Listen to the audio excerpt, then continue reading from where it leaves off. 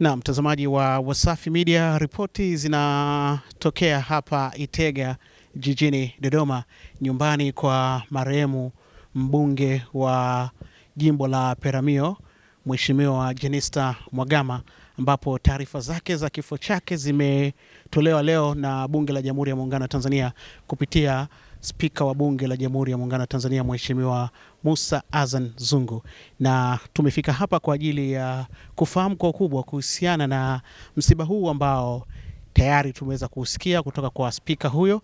Kwa hiyo sisi tunachofanya hapa kuwafahamisha Tanzania hili waweze kufahamu kwa kile ambacho sasa hivi Watanzania wanapaswa kufahamu kumuhusu Jenista Mhagama. Na nikukumbushe tu kwa uchache, Jenista Mhagama katika serikali ya awamu ya 6 sehemu ya kwanza alikuwa waziri wa afya, lakini katika serikali ya awamu ya 6 sehemu ya pili kubahatika kuteuliwa kuwa waziri. Kwa hiyo amebakia kuendelea kuwa mbunge wa Peramiho mkoani Ruvuma mpaka mauti unamfika, basi akiwa kwenye hiyo nafasi ya ubunge.